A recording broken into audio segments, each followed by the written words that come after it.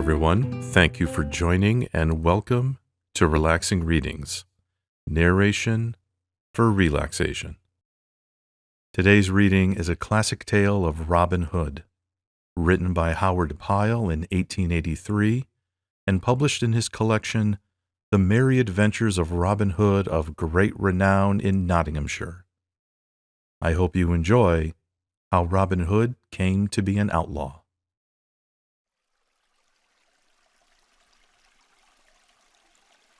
In merry England in the time of old, when good King Henry II ruled the land, there lived within the green glades of Sherwood Forest, near Nottingham town, a famous outlaw whose name was Robin Hood. No archer ever lived that could speed a gray goose shaft with such skill and cunning as his, nor were there ever such yeomen as the 70 merry men that roamed with him through the green wood shades. Right merrily they dwelled within the depths of Sherwood Forest, suffering neither care nor want, but passing the time in merry games of archery or bouts of cudgel play, living upon the king's venison, washed down with draughts of ale of October brewing. Not only Robin himself, but all the band were outlaws, and dwelled apart from other men, yet they were beloved by the country people round about. For no one ever came to jolly Robin for help in time of need, and went away again with an empty fist. And now I will tell how it came about that Robin Hood fell afoul of the law. When Robin was a youth of 18, stout of sinew and bold of heart, the sheriff of Nottingham proclaimed a shooting match, and offered a prize of a butt of ale to whosoever should shoot the best shaft in Nottinghamshire. Now, quoth Robin, will I go too, for fain would I draw a string for the bright eyes of my lass and a butt of good October brewing. So up he got, and took his good stout yew bow and a score or more of broad cloth-yard arrows, and started off from Locksley town through Sherwood Forest to Nottingham. It was at the dawn of day in the merry Maytime, when hedgerows are green and flowers bedeck the meadows, when apple buds blossom and sweet birds sing, the lark at dawn of day, when lads and lasses look upon each other with sweet thoughts, when busy housewives spread their linen to bleach upon the bright green grass. Sweet was the greenwood as he walked along its paths, and bright the green and rustling leaves, amid which the little birds sang with might and main, and blithely Robin whistled as he trudged along, thinking of Maid Marian and her bright eyes, for at such times a youth's thoughts are wont to turn pleasantly upon the lass that he loves the best. As thus he walked along with a brisk step and a merry whistle, he came suddenly upon some foresters seated beneath a great oak tree. 15 there were in all, making themselves merry with feasting and drinking, as they sat around a huge pasty, to which each man helped himself, thrusting his hand into the pie, and washing down that which they ate with great horns of ale, which they drew all foaming from a barrel that stood nigh. Each man was clad in Lincoln green, and a fine show they made. Then one of them, with his mouth full, called out to Robin, "Hello, where goest thou, little lad, with thy 1 penny bow and thy farthing shafts?" Then Robin grew angry, for no stripling likes to be taunted with his green years. "Now," quoth he, "my bow and eke mine arrows are as good as shine, and moreover, I go to the shooting match at Nottingham town, which same has been proclaimed by our good Sheriff of Nottinghamshire. There I will shoot with other stout yeomen, for a prize has been offered of a fine butt of ale." Then one who held a horn of ale in his hand said, "Oh, listen to the lad. Why, boy, Thy mother's milk is yet scarce dry upon thy lips, and yet thou pratest of standing up with good, stout men of Nottingham butts, thou who art scarce able to draw one string of a 2-stone bow. I'll hold the best of you 20 marks, quoth bold Robin, that I hit the clout at 60 rods, by the good help of our Lady fair. At this all laughed aloud, and one said, Well boasted, thou fair infant, well boasted, and well thou knowest that no target is nigh to make good thy wager. And another cried, He will be taking ale with his milk next. At this Robin grew right mad. Hark ye, said he, yonder at the glade's end I see a herd of deer, even more than 60 rods distant. I'll hold you 20 marks that, by leave of Our Lady, I cause the best heart among them to die. Now done, cried he who had spoken first, and here are 20 marks. I wager that thou causest no beast to die, with or without the aid of Our Lady. Then Robin took his good yew bow in his hand, and placing the tip at his instep, he strung it right deftly. Then he knocked a broad cloth-yard arrow, and raising the bow, drew the gray goose feather to his ear. The next moment, the bowstring rang, and the arrow sped down the glade as a sparrowhawk skims in a northern wind. High leaped the noblest heart of all the herd, only to fall dead, reddening the green path with its heart's blood. Ha! cried Robin. How likest thou that shot, good fellow? I wot the wager were mine, and in it were 300 pounds. Then all the foresters were filled with rage, and he who had spoken the first and had lost the wager was more angry than all. Nay, cried he, the wager is none of thine, and get thee gone straightway, or by all the saints of heaven, I'll baste thy sides until thou wilt ne'er be able to walk again. Knowest thou not, said another, that thou hast killed the king's deer? And by the laws of our gracious Lord and sovereign King Harry, thine ears should be shaven close to thy head. Catch him, cried a third. Nay, said a fourth, let him go because of his tender years. Never a word said Robin Hood, but he looked at the foresters with a grim face. Then, turning on his heel, strode away from them down the forest glade. But his heart was bitterly angry, for his blood was hot and youthful and prone to boil. Now, well would it have been for him who had spoken first, had he left Robin Hood alone. But his anger was hot, both because the youth had gotten the better of him, and because of the deep draughts of ale that he had been quaffing. So, of a sudden, without any warning, he sprang to his feet and seized upon his bow and fitted it to a shaft. Aye, cried he, and I'll hurry thee anon. And he sent the arrow whistling after Robin. It was well for Robin Hood that that same forester's head was spinning with ale, or else he would have never taken another step. As it was, the arrow whistled within 3 inches of his head. Then he turned around and quickly drew his own arrow and sent an arrow back in return. Ye said I was no archer, cried he aloud, but say so now again. The shaft flew straight. The archer fell forward with a cry and lay on his face upon the ground, his arrows rattling about him from out of his quiver, the gray goose shaft wet with his heart's blood. Then, before the others could gather their wits about them, Robin Hood was gone into the depths of the greenwood. Some started after him, but not with much heart, for each feared to suffer the death of his fellow. So presently they all came and lifted the dead man up and bore him away to Nottingham town. Meanwhile Robin Hood ran through the green wood. Gone was all the joy and brightness from everything, for his heart was sick within him, and it was borne in upon his soul that he had slain a man. Alas, cried he, thou hast found me an archer that will make thy wife to ring.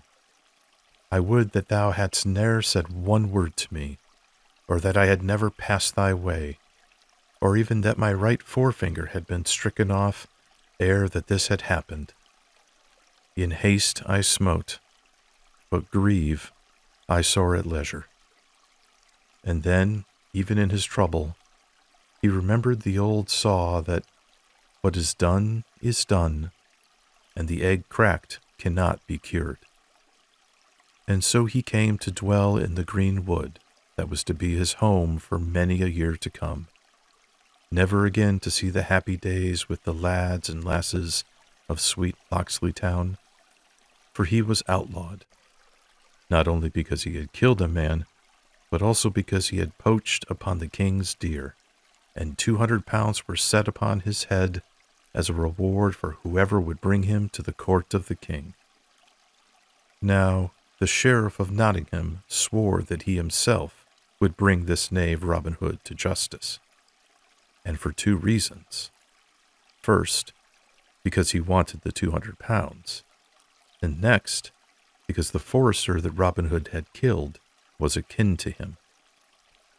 But Robin Hood lay hidden in Sherwood Forest for 1 year, and in that time there gathered around him many others like him, cast out from other folk for this cause and for that. Some had shot deer in hungry winter time, when they could get no other food, and had been seen in the act by the foresters, but had escaped, thus saving their ears. Some had been turned out of their inheritance, that their farms might be added to the king's lands in Sherwood Forest. Some had been despoiled by a great baron, or a rich abbot, or a powerful esquire. All, for one cause or another, had come to Sherwood to escape wrong and oppression. So in all that year, 50 or more good stout yeomen gathered about Robin Hood, and chose him to be their leader and chief.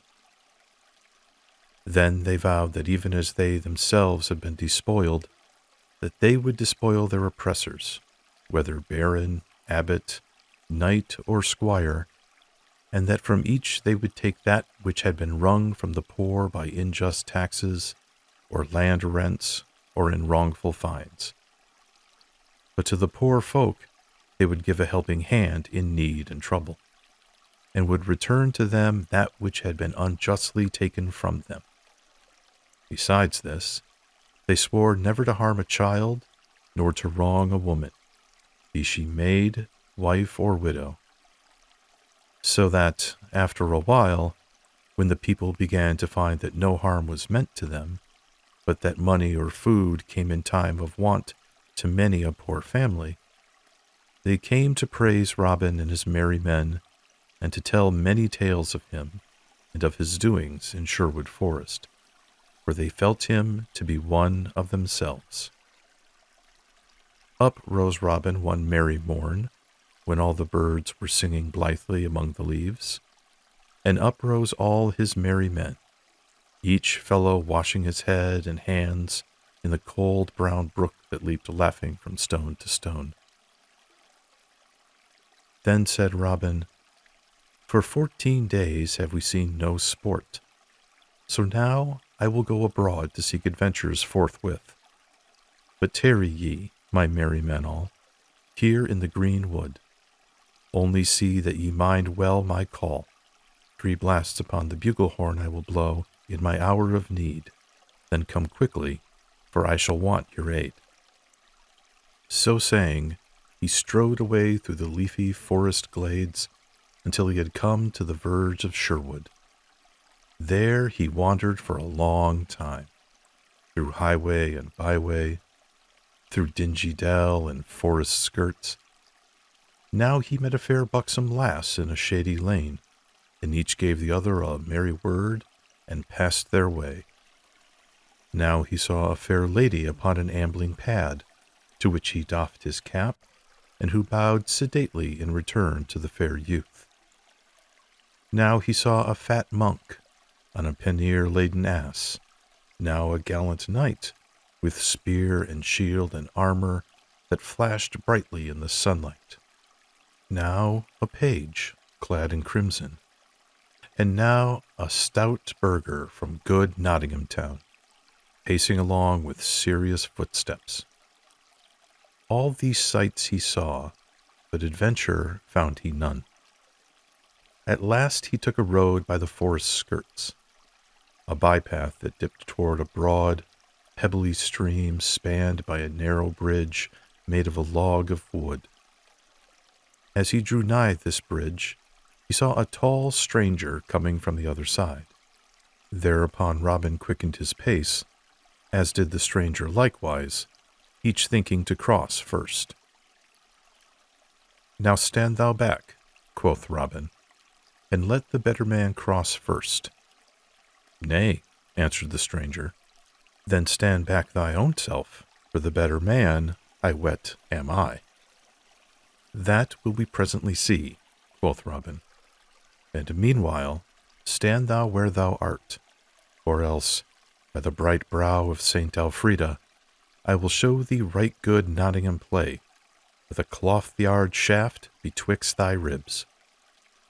"Now," quoth the stranger, "I will tan thy hide till it be as many colors as a beggar's cloak, if thou darest so much as touch a string of that same bow that thou holdest in thy hands."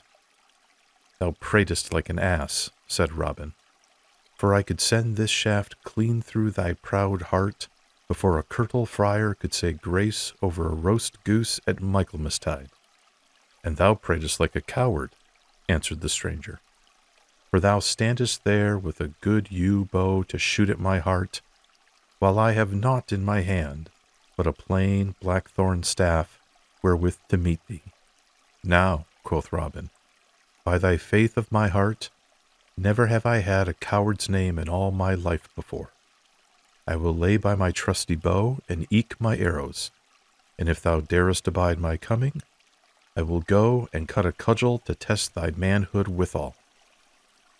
"Ay, marry, that will I abide thy coming, and joyously too," quoth the stranger, whereupon he leaned sturdily upon his staff to await Robin. Then Robin Hood stepped quickly to the cover-side, and cut a good staff of ground oak, straight, without new, and 6 feet in length, and came back trimming away the tender stems from it, while the stranger waited for him, leaning upon his staff, and whistling as he gazed round about.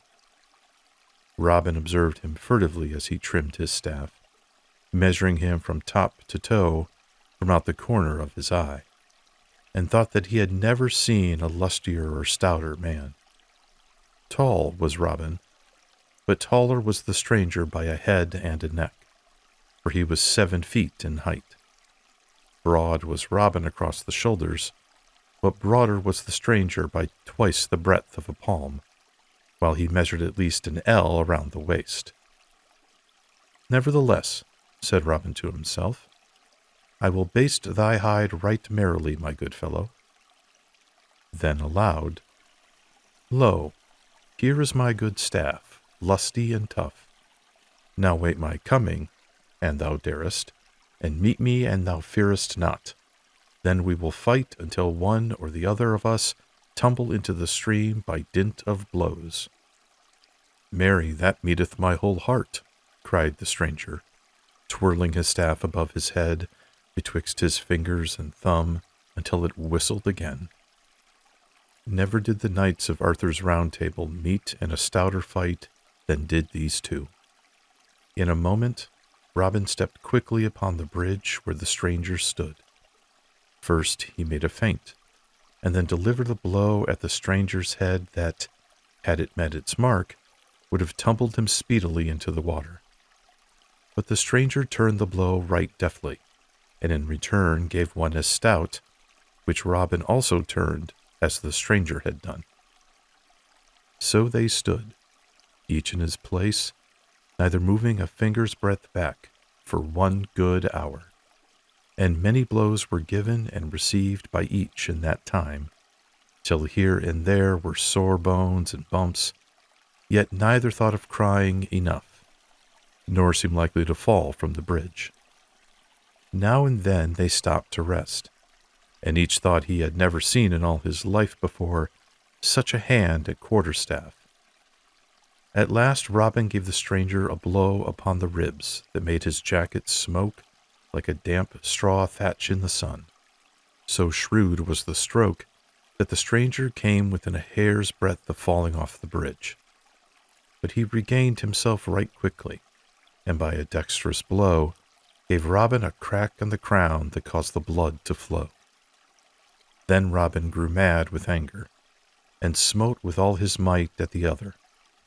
But the stranger warded the blow, and once again thwacked Robin, and this time so fairly that he fell heels over head into the water, as the queen pin falls in a game of bowls. "And where art thou now, my good lad?" shouted the stranger, roaring with laughter. "Oh, in the flood and floating adown with the tide," cried Robin, nor could he forbear laughing himself at his sorry plight. Then gaining his feet, he waded to the bank, the little fish speeding hither and thither, all frightened at his splashings. "Give me thy hand," cried he, when he had reached the bank. "I must needs own thou art a brave and a sturdy soul, and withal a good stout stroke with the cudgels. By this and by that, my head hummeth like a hive of bees on a hot June day." Then he clapped his horn to his lips, and winded a blast that went echoing sweetly down the forest path. "Ay, marry," quoth he again, "thou art a tall lad, and eke a brave one, for ne'er, I bow, is there a man betwixt here and Canterbury town could do the like to me that thou hast done."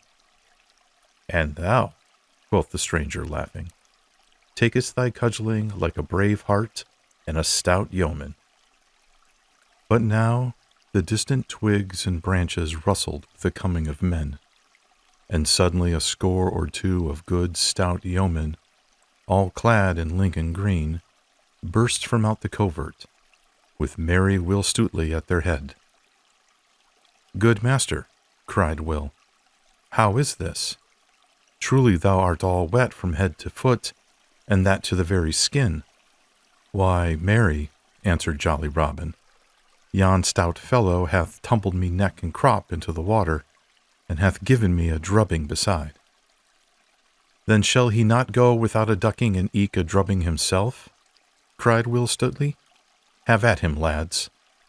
Then Will and a score of yeomen leaped upon the stranger, but though they sprang quickly, they found him ready, and felt him strike right and left with his stout staff, so that, though he went down with press of numbers, some of them rubbed cracked crowns before he was overcome.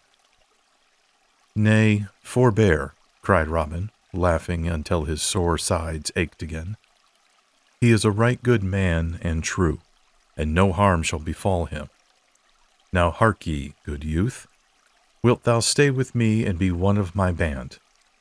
3 suits of Lincoln green shalt thou have each year, beside 40 marks in fee, and share with us whatsoever good shall befall us.